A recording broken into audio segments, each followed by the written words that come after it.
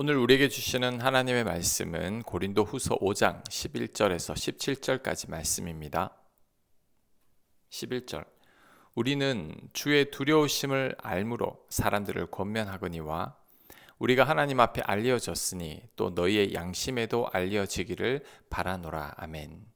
바울은 하나님 앞에 알려진 것처럼 고린도 교회 교인들에게도 알려지기를 바란다고 말하고 있습니다.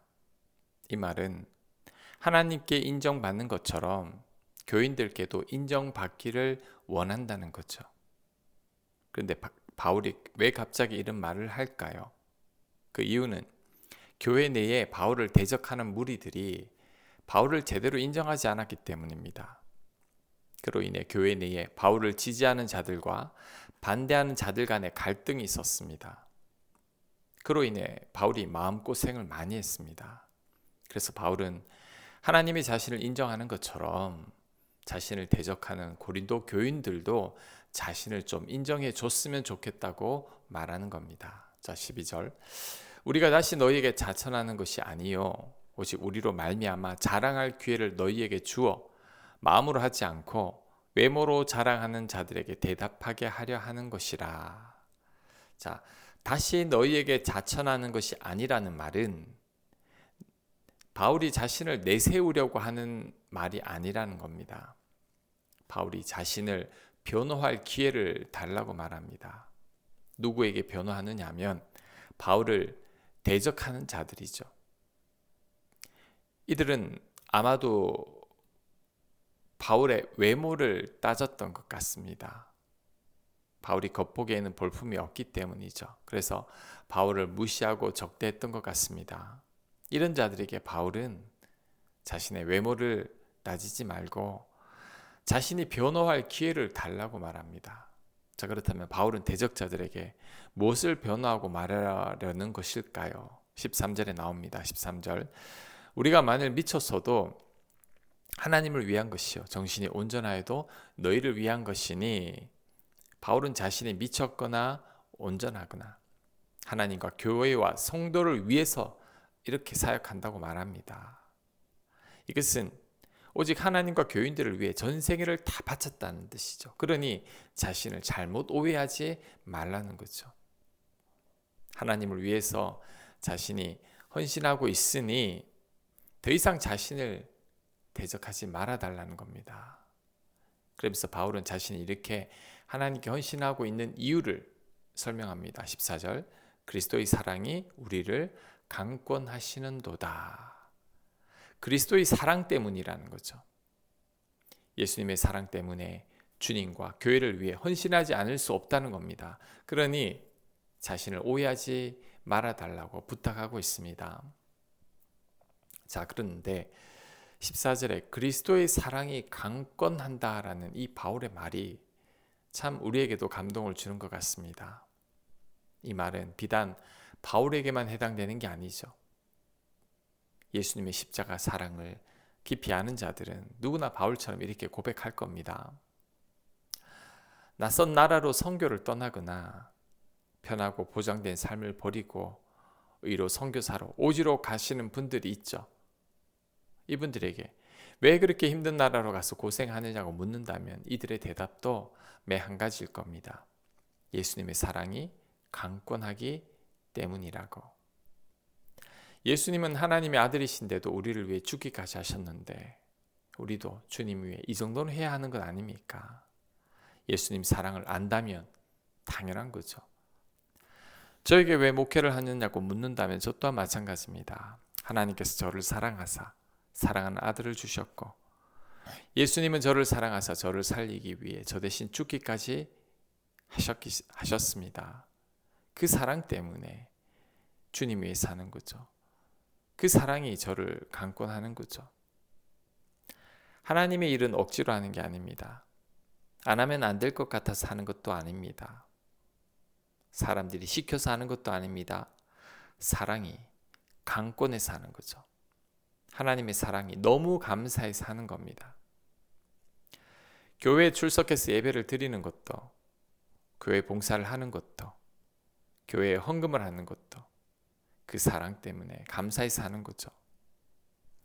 원수 같은 사람 용서하고 사랑하는 것도, 힘든 길이지만 좁은 길로 걸어가는 것도, 억울한 일을 당해도 웃을 수 있는 것도 다 사랑 때문이죠.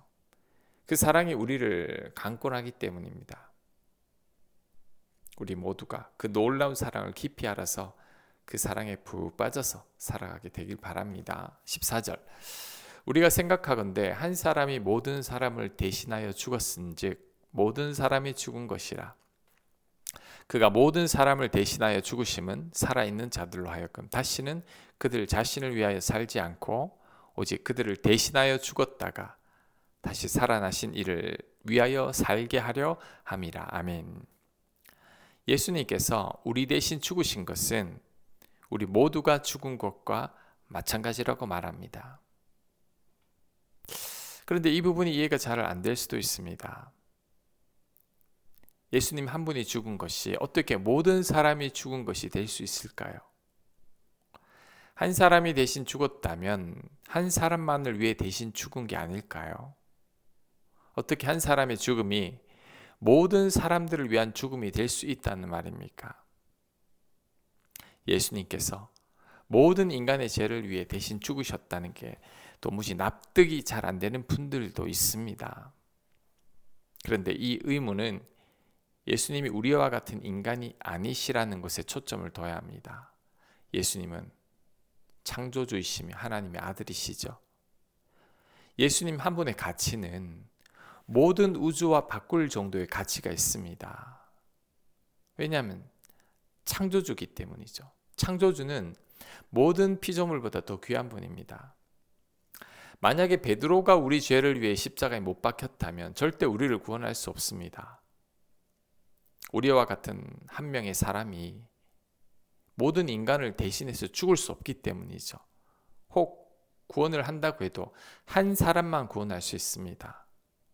베드로도 우리와 같은 인간이기 때문에 1대1로 구원을 할 수 있는 거죠. 하지만 예수님은 인간이 아닙니다. 예수님은 창세 때부터 하나님과 함께 하셨던 분이시죠.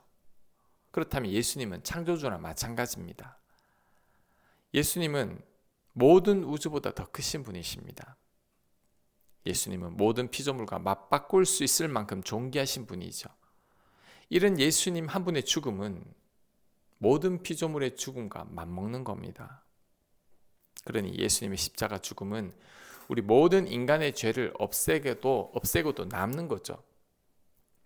우리를 위해 대속하기에 충분한 겁니다. 자, 그렇다면 우리는 감사하지 않을 수 없습니다.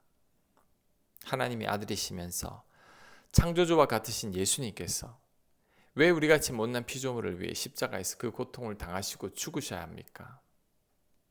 예수님은 그럴 필요가 전혀 없죠. 예수님은 십자가의 수고와 고통과 죽음을 당하실 필요가 전혀 없으십니다. 하지만 우리를 위해 그 고난을 당하셨습니다.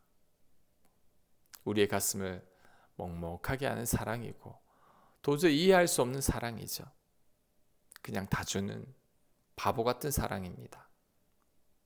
당신을 전혀 챙기지 못하시고 우리만 챙겨주시는 손해만 보는 사랑인 거죠. 그런데 그 사랑 때문에 바울이 주님을 위해 헌신하는 겁니다. 강권하는 사랑이죠. 우리 또한 그 사랑 때문에 주님 위해 사는 겁니다.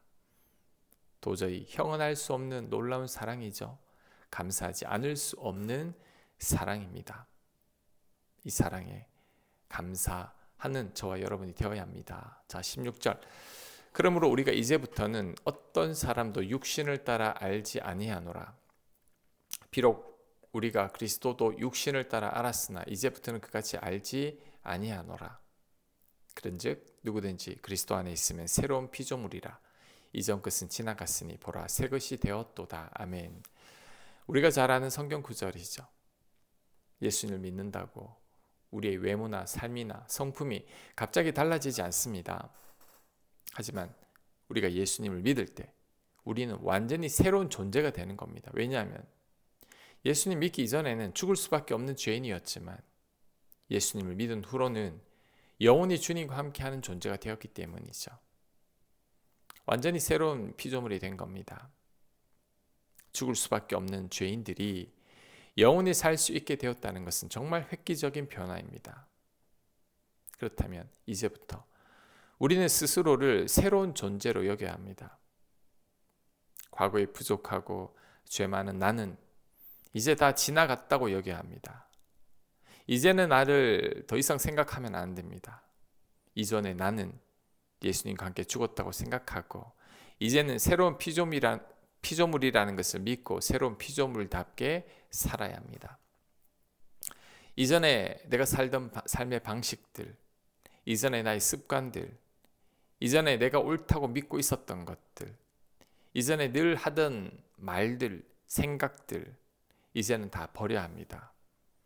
그래서 이제부터는 하나님 뜻대로 성경 말씀대로 살아야 합니다. 예수님의 사랑을 아는 자답게 살아야 합니다. 왜냐하면 이제 우리가 완전히 새로운 존재가 되었기 때문이죠. 그래서 하나님을 믿는 자답게 살아야 합니다.